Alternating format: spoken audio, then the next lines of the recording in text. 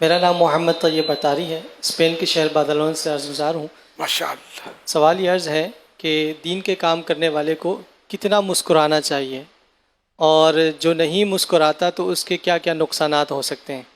دنیاوی کام کرنے والے تو مسکراتے ہیں، اس لیے آپ نے شاید دنیاوی کام والوں کو ساتھ نہیں لیا، کیونکہ وہ جو تاجر ہوتے ہیں، بزنس مین، دکان پر گاہک آتا ہے تو واقعی مسکراتے ہیں، ہنس ہنس کے باتیں کرتے ہیں چکنی چپڑی، اور اس کو اپنی ترکیب میں لے لیتے ہیں، مگر دین کا کام کرنے والے شاید اس میں کمزور پائے جاتے ہیں۔ اب مسکرانا دراصل ایک تو تکلف سے ہوتا ہے، تو آدمی کوشش کر کے مسکرائے، لیکن اکثر یہ کہ یہ فطری طور پر کسی کسی کی عادت ہوتی ہے کہ وہ مسکراتے رہتے ہیں اور اچھے لگتے ہیں۔ تو اللہ کریم مسکرانے کی سعادت بخشے۔ مسکرانا پیارے آقا صلی اللہ علیہ وسلم کی پیاری پیاری سنت بھی ہے، جبکہ ہم سنت کی نیت سے مسکرائیں گے ثواب بھی ملے گا۔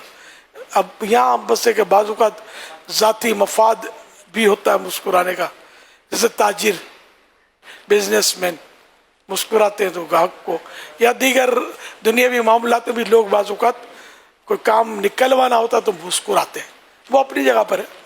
اگر وہ کام جائز ہے مسکراتے ہیں، اور اس کا مسکرانا کسی شر کی بنیاد پر نہیں ہوتا تو کوئی حرج بھی نہیں ہے۔ بزنس مین میں مسکراتا ہے گاہک کو ترکیب میں لینے کے لیے، اور بنیاد شر یا دھوکہ وغیرہ نہیں ہے، جھوٹ بھی نہیں ہے، تو حرج بھی نہیں ہے ظاہر۔ تو ہمارا لے کے مبلغ کو تو ہر وقت مسکراتے رہیں تو اچھا ہے۔ آپ مسکرا کر دعوت دیں گے، آپ کی دعوت جلدی لوگ قبول کریں گے، جلدی نیکی کی طرف آئیں گے۔ حاجی مشتاق نے مجھے بتایا کہ میں پہلی بار آیا تھا نگران شورا، پہلے مشہور بلبل روزہ رسول، انہوں نے مجھے بتایا تھا کہ میں جب پہلی بار آیا تھا جمعرات کو گلزار حبیب میں جب اجتماع ہوتا تھا اولین مرکز میں، تو جس طرح جلسہ ختم ہوتا ہے لوگ منہ اٹھا جدھر پھر چل دیے دروازوں کی طرف، ایک کوئی 6 بھائی وہ مجھ سے اتنا اچھی طرح ملے کہ میں تو حیران رہ گیا کہ جیسے مجھے پرانے جانتے ہو، حالانکہ پرانے جانتے نہیں تھے۔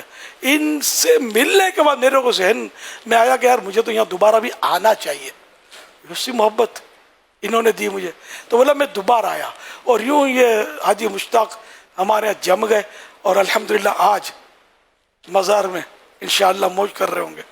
کتنا دیکھو آج بھی ان کا ہم نے ذکر خیر کیا نا، بھلائی کے ساتھ تذکرہ کیا، تو ایک مسکراہٹ آپ کی، ایک ملنساری بھرا محتاط انداز، یہ کسی کی نسلوں کو آقا کے قدموں میں ڈال سکتا ہے۔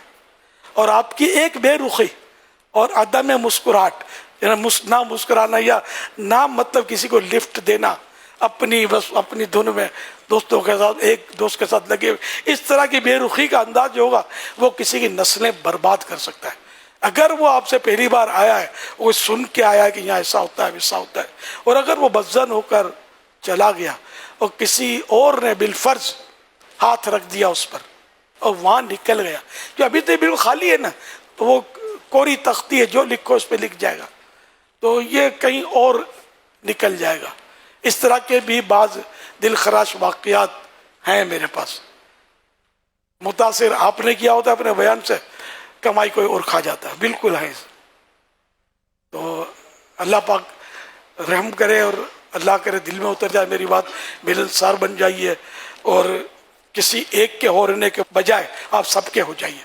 آپ دیکھیں آپ کی دعوت اسلامی کو پر لگ جائیں گے، مدینے کی طرف اڑ جائے گی انشاءاللہ۔